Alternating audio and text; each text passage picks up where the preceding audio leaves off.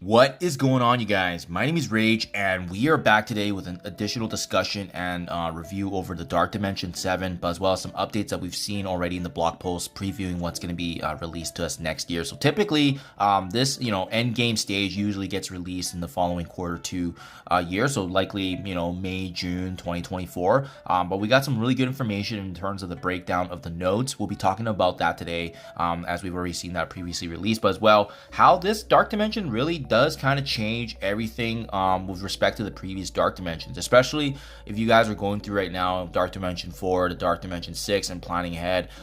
This entails some of the character locks that we should be aiming for now, and it's given us some really good clarity because that section likely won't be changing. So we'll be talking about that today. We'll be talking about some of the character confirmations that I do recommend building now that has changed kind of the dynamic going forward, but as well how we can best prepare going forward, knowing that this is going to be the future end game of this mode. So guys, let's get right to it.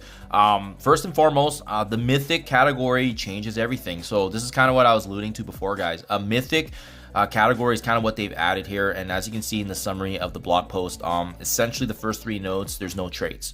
Then it's followed by the city section that does not allow us to have mythic or legendary. Global section, again, no mythic or legendary. Then cosmic, and then finally an opportunity to utilize legendary characters only.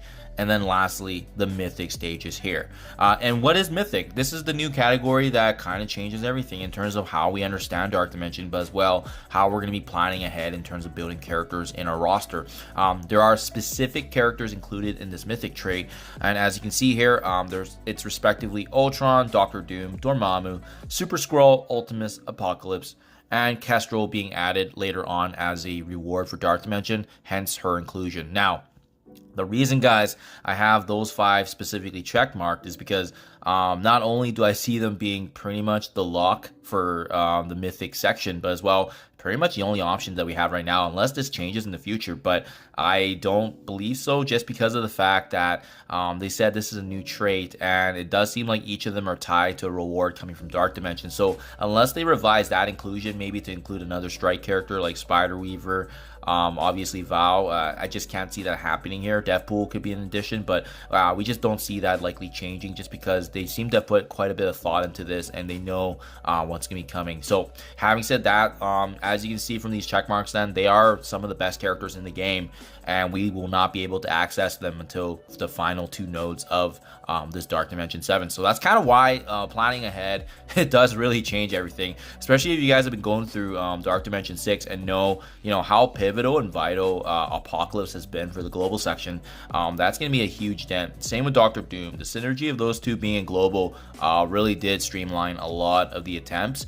So having said that, we really do have to be planning ahead, but also with their inclusion now, that basically eliminates 5 characters that you have to plan for, because we have to build them up. So having said that, what does it mean now in terms of the respective character upgrades? So I just wanted to show this information in a different manner here, presentation wise. I listed the 5 I check marked, and I've also included their origin trait and as well their uniques that's required. So you can see Apocalypse is a mutant. He needs astral energy to be brought up to gear tier 18 and 19 and so forth. Doctor Doom, same boat, except he's a tech mystic requiring miasma. We got Dormammu, that's a mystic requiring miasma. Kestrel, tech skill synergy requiring shield. And then we have Super Skrull being the unlock for Dark Dimension 6 requiring alien spores, and he's a bio character. So for the first time that we've seen in the Dark Dimensions, this is going to be the first time where a minimum of 25 characters from your roster is going to be required to be able to progress and complete this Dark Dimension.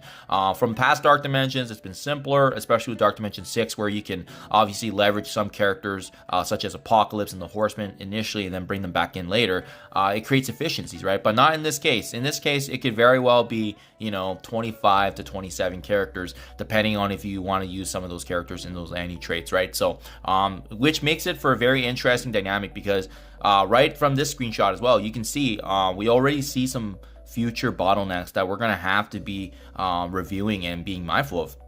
And I kind of color coded it. The miasma both required for Doctor Doom and Dormammu. Well, first and foremost, it takes a lot of gear already to bring both these characters up into the next gear tier. and both of them actually being Mystic and Miasma, is going to be a very, very, sustained bottleneck that we're going to be having to overlook, guys. So it's a big deal when they've announced this already, because we can already start planning ahead, but as well, I guess in this case, ruling out characters that we should not be bringing because it directly conflicts with the gear tier requirements here of Dr. Doom and Dormammu. And having said that as well, you can see that we also have some tech gear coming from Kestrel as well. So that's also why I highlighted in this case, guys, the takeaways. Origin gear, tech and Mystic are going to be a heavy concern. We got Dormammu, Doom, and Kestrel being locked in characters, which means we already kind of know where some of the resources will be going. That means we should be shifting our focus obviously to the other traits. The other traits being, mutant, bio characters, skill characters. That's some of that's already going to get used up for Dr. Doom, Dormammu, and Kestrel. And again, how does this impact folks that are watching this right now that aren't planning for Dark Dimension 7? Well, I mean, that means Dormammu, Dr. Doom, Kestrel, these are characters that you can likely build up right now in your current Dark Dimension, because they're not going to be a wasted investment next year. They're going to be giving you value upon this new game mode. Now, I did have some key points here, guys, that I want to walk through, because I think each and every one of them are very, very important to consider. So let's go through that, because I think this is going to impact the way we view our planning, but as well how we're going to be needing to min-max our resources that we have available, especially given that's a finite, obviously, strategy that we need to maintain. So Mystic gear-wise, keep in mind, some of the best characters in Mystic are in Dark Dimension and are needed in Cosmic section.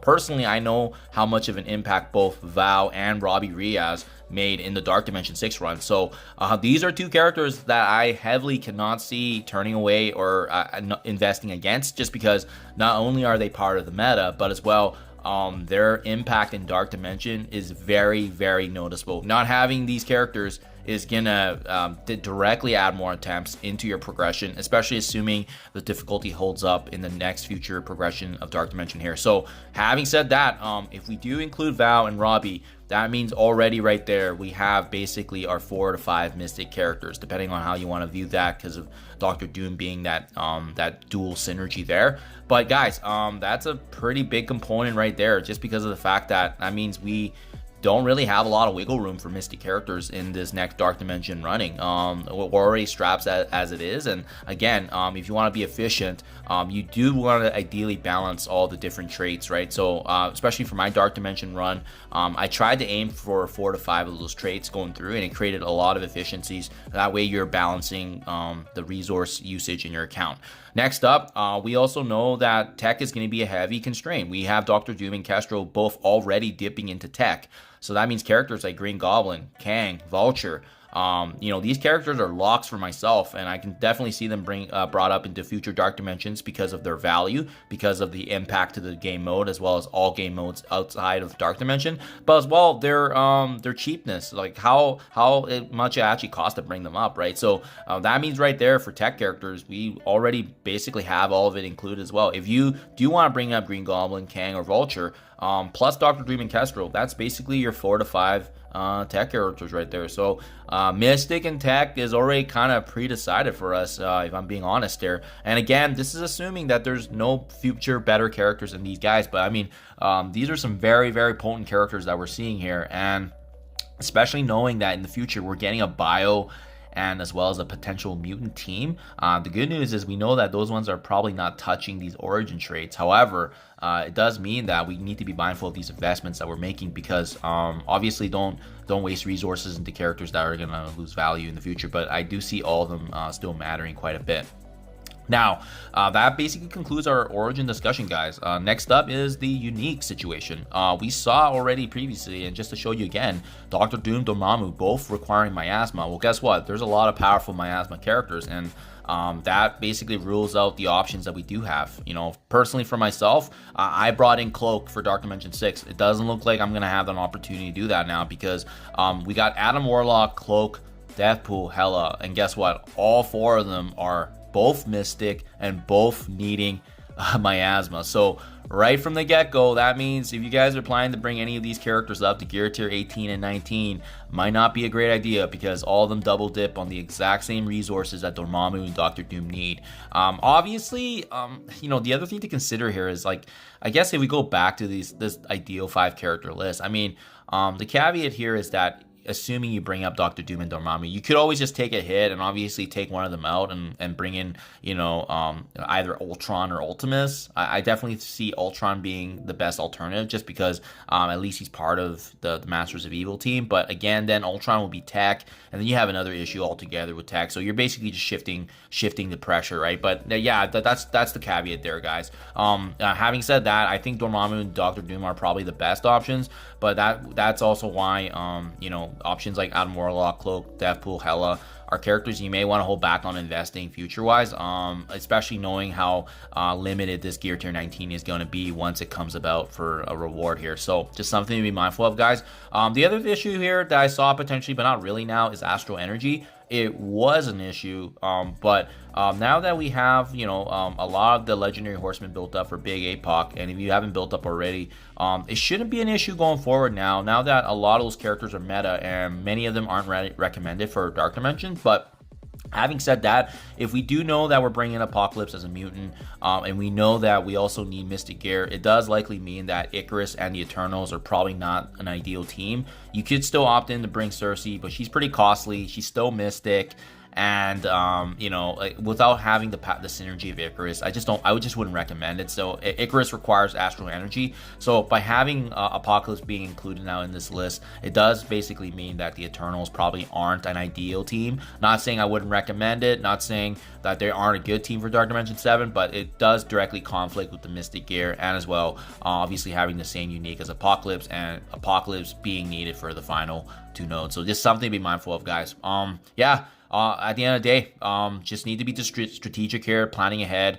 This is likely going to be the hardest Dark Dimension we have ever seen, just because of how they've kind of grouped things up here in terms of the categorization. But at the end of the day, guys, you know, I'm looking forward to the challenge. So hopefully this helps you guys in your guys' reference as well. I hope this can provide insight. Do appreciate you following on. Let me know what you think in the comments below if you agree or disagree. Thank you as always, and I'll catch you guys in the next one.